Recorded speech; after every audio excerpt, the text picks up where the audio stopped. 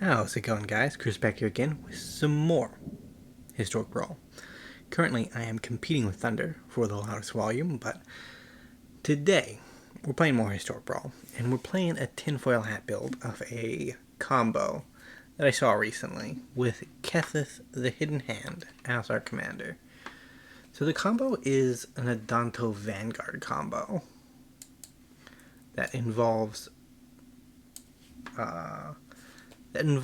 casting an Emrakul and giving your Adanto Vanguard away. And this is a deck that occurred to me like a week and a half ago when I first came into contact with it, and I've been trying to translate it into Historic Brawl. And it's a little bit weird, right? Because on the one hand, in order to make the combo work, you need, at minimum, you need your deck to have a base white color. You need a way to get rid of your Adanto Vanguard. So that would be Harmless Offering or Fated Handoff. This build uses Fated Handoff. Ideally, you could have both, but then you'd be Mardu. That would be probably the extent you could go. And then you have to find a way to find all of your pieces. Now, black has a lot of... Opponent is really mulling over their life choices. They're a Kingpin deck, so I can see the need to think things over, but I guess I'll just go back into talking about the combo. Wally. Combo, right.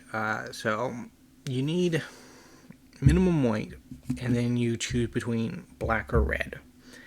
And then you need to find a way to find the combo pieces. Now, black is really good for finding combo pieces because you just have straight up tutors, right? Straight up tutors are always good for finding whatever card you want. Our opponent is really lagging out. Or you can go with green. Since 2 out of our 3 combo pieces are creatures, I opted for green in this build because I felt like it made the most immediate sense. We will reveal that we have a forest to our opponent, who is probably not even there.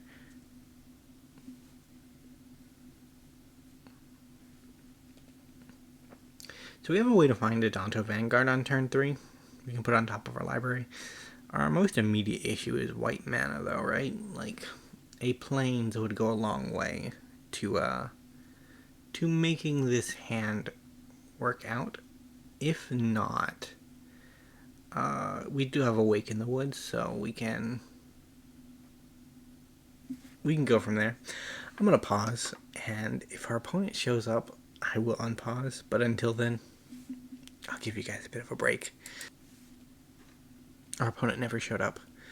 So we did win our first game with our janky combo deck. Congratulations. I know I talked through most of their timeouts, so I didn't actually even pause for very long.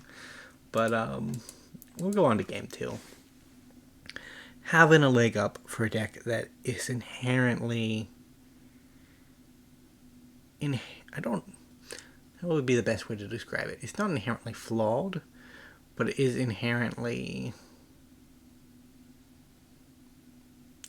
unfamiliar, I guess would be the best way to put it. I got Mana Dorks. I love Mana Dorks. They do good things. They're among the favorite dorks that I have access to. So, Overgrown Tomb into Pilgrim. And then on turn 2, we can scare our opponent with a bit of Kethis of the Hidden Hand. We're up against Tekzuo, who is not a very strong commander, or at least has not been very strong in playtesting on my end.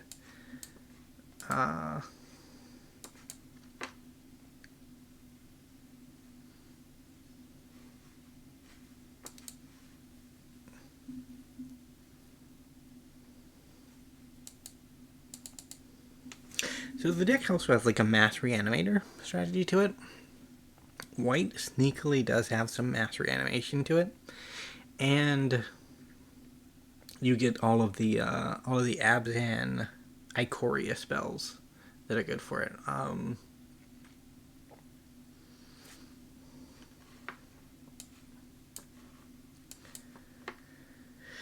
God, what is that guy's name? I could have just played Vorinclex, but I kind of want to keep him alive.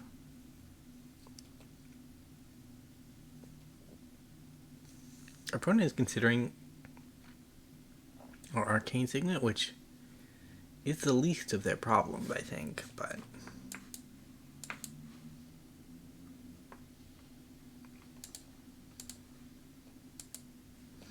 I think they'll block Kethis, and that Vorinclex will get through for a full 6.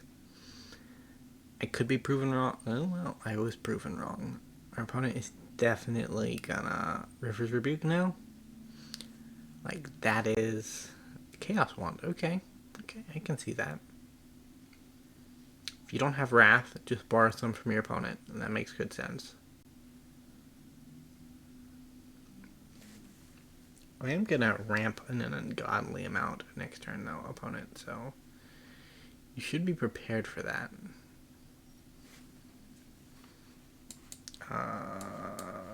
This? Wow. No counterspell. So 2 from each.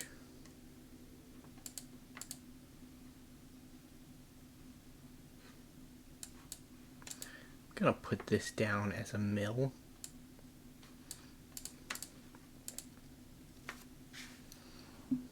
Because the milling just seems relevant at this point. 9 basic lands. That's the good stuff right there.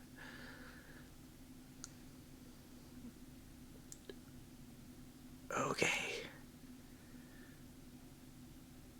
Because I'm glad that Chaos Wand cannot hit creatures, because the first thing they exiled was an Emrakul. That was scary.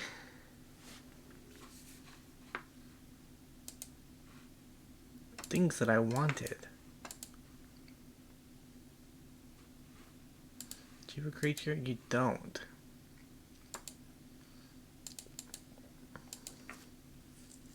If I get one of my boys in the bin, we won't have to exile our...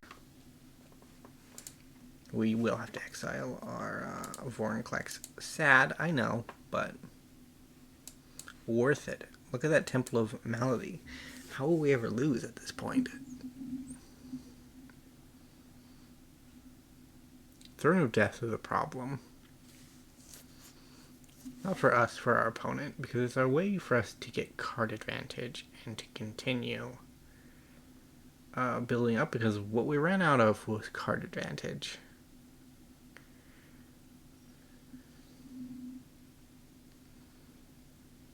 Dryad Revival. That's kind of nice. Anything good in there? Yeah, I guess we'll try for this.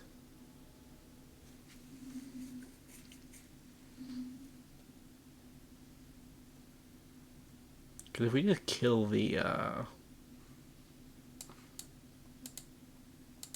commander, we can swing for 5.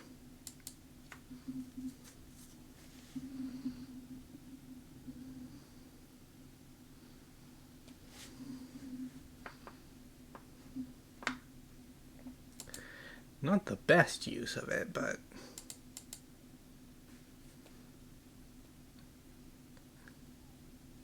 Ouch.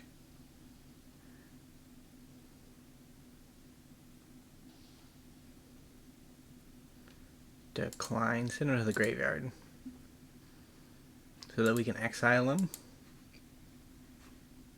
So that we can send him to the command zone. So that we can draw a card.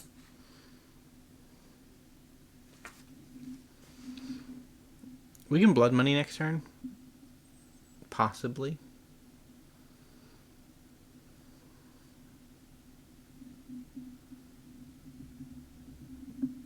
Like, we're close to the line. Our friend Punnelin77 is sticking it out. they are putting up the good fight, which we do appreciate. Always feels good, but it also feels worrying, right? Because if an opponent sticks out in a game, it either means A, they're confident that they can actually win, or B, they just aren't aware that they might be far behind. But like, I think Punnelan falls into the former category, which is the confidence that they can recover from this. And I have seen recoveries from this.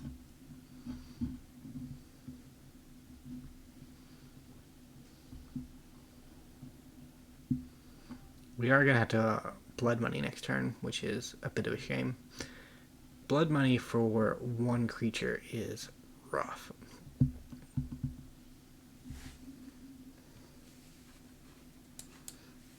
Well, we have redundancy now too, so...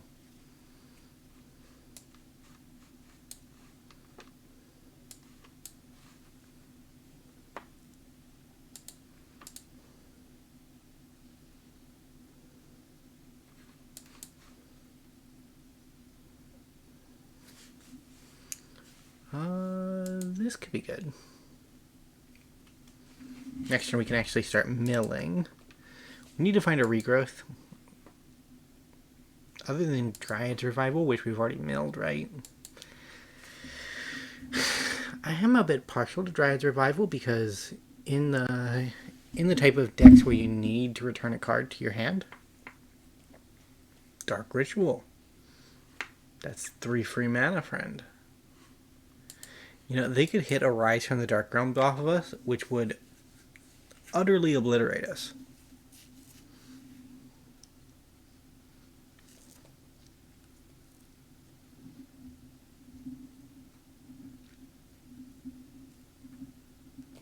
I guess it wouldn't, right? Because they'd only get back nothing from us. They'd get back a Hullbreak Horror, which would utterly obliterate us. Yeah, no.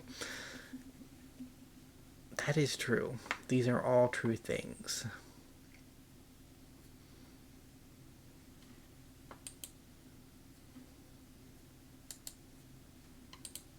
You know, I kind of forgot that Mew Yaling was a character in the story. Because she's one of the, she was one of the War of the Spark tie-in characters, right? Which is a bit sad, because we haven't seen the other tie-in character.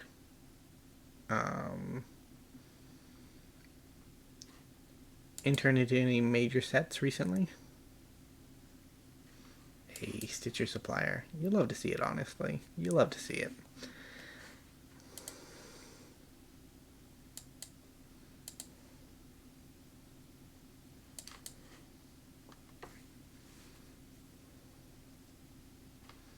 I can activate him. That's kind of neat.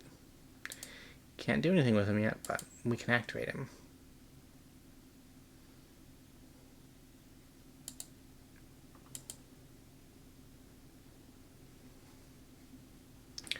We're in a bit of trouble, actually. I think our opponent has correctly found a path to recover.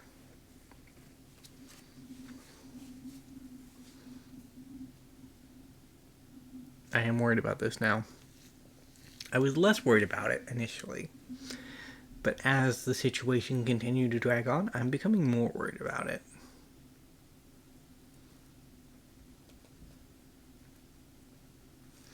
No, I think one of the, like, if I were to rebuild this deck, one of the weaknesses that is inherent in it is that I didn't really build too heavily into Kethis. Like, Kethis exists in the deck because he can help us cast our Emrakul again from the bin, and he's just kind of a decent, cheap commander that's scary enough to help draw out removal from our opponent. But I feel like if I added more legends into the deck in the spaces where we're stalling out, we would have a viable out. And that rhymes, I know, but it wasn't my intention. There's a 4/4. And a 2/2.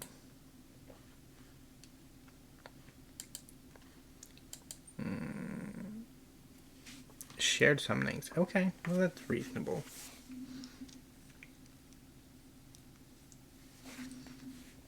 I'm going to search up a creature.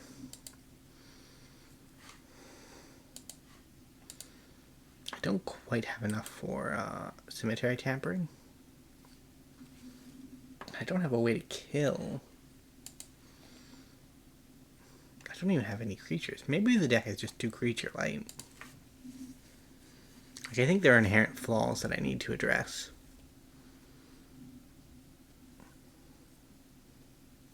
But I don't know, the main 3 points that I was looking for in the deck were ways to tutor, ways to mill, and ramp. And I guess we could remove some of the rocks and add in like creatures that ETB ramp. Like that could be a way to get more creatures into the deck. And they would have value when they get like Hail Mary reanimated to solve some of our issues. Don't, mate. Duh. My Dreadhound is just gone forever now.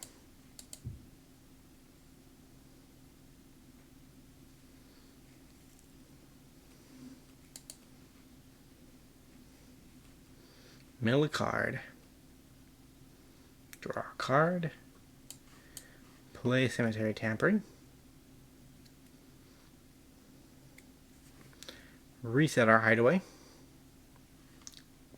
Portal to Phyrexia.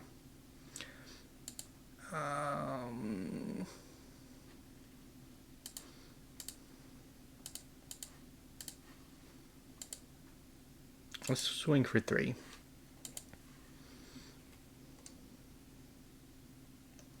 We still only have 2 legends, which is problematic, but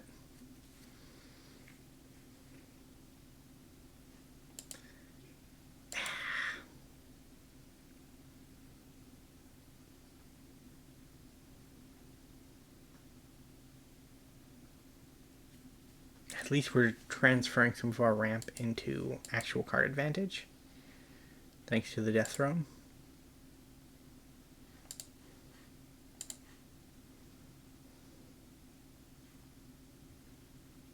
Okay.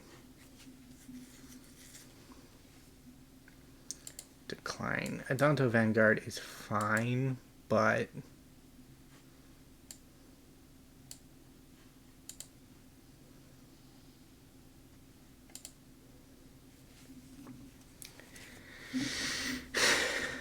it's not where we're at the moment.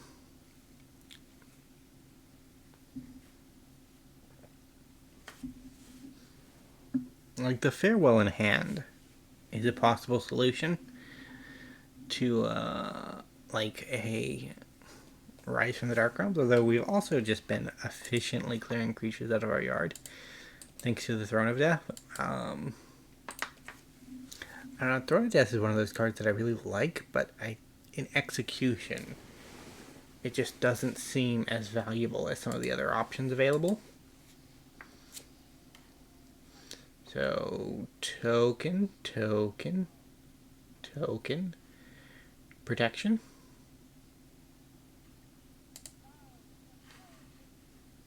My guess is wrong.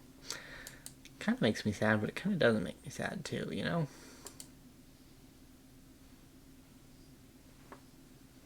This one's definitely making a token, though. That is all Teferi Temporal Pilgrim does. Yep, there you go. It's his raison d'etre, his reason for being, to make a stupid token. It's a blue creature with vigilance. Isn't that cool, guys? It was very cool. I don't know. Teferi Temporal Pilgrim, he tilts me sometimes. He does tilt me. I will freely admit that.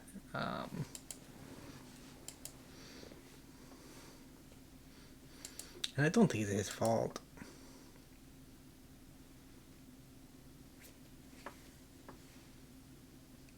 Take action?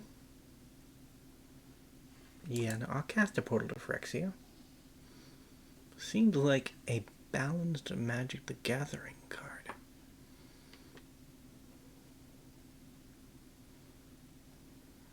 This could get crazy.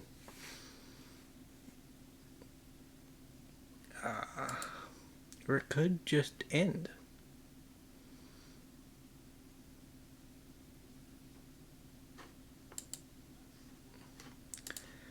You dying, Teferi.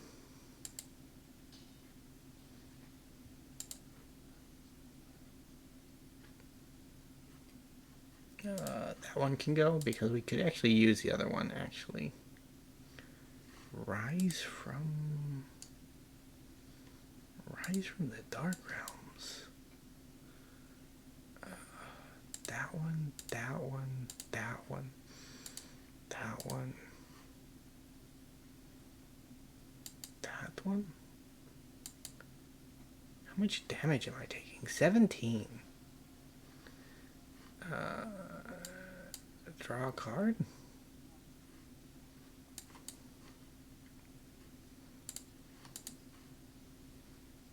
Create enough force to hopefully win this game. That guy? Okay. Whew. I like how you're worded,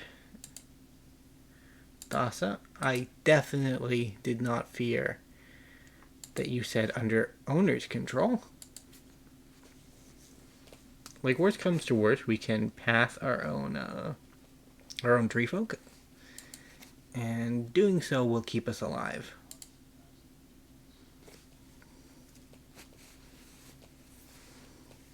For a little bit longer. We took a pretty greedy line, so I would not be surprised if we die very shortly.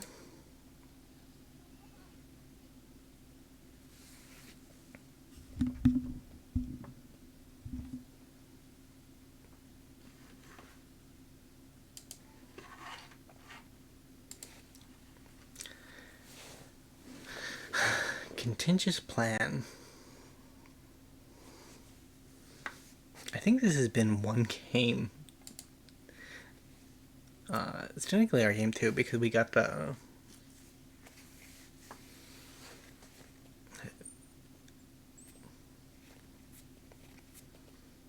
what do you call it? The free concede, which was nice.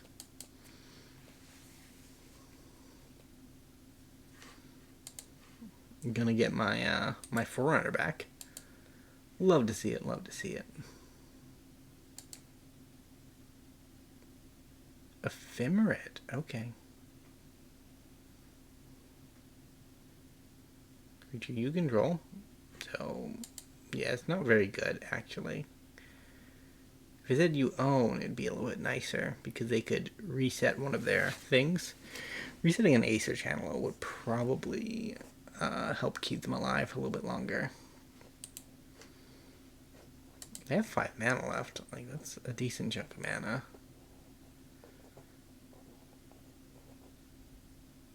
There are still spells that do it for them.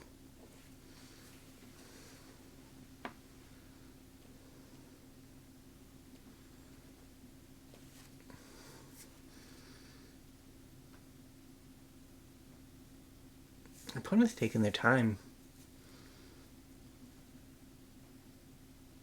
Don't tell me, friend, that after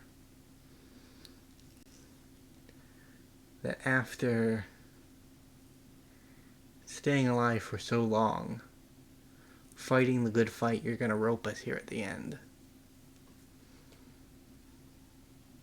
Okay, they didn't. A little, but not really. That could be just looking at the battlefield and analyzing what's happening. I get that. So that was our Kethis of the Hidden Hand. He got sent to Zalfar there at the end and never got to return. But either way, thank you guys so much for watching. If you did enjoy, remember to leave a like, subscribe to the channel. Maybe one day we'll come back to this because we got nowhere near the combo. Either way, see you next time. Bye.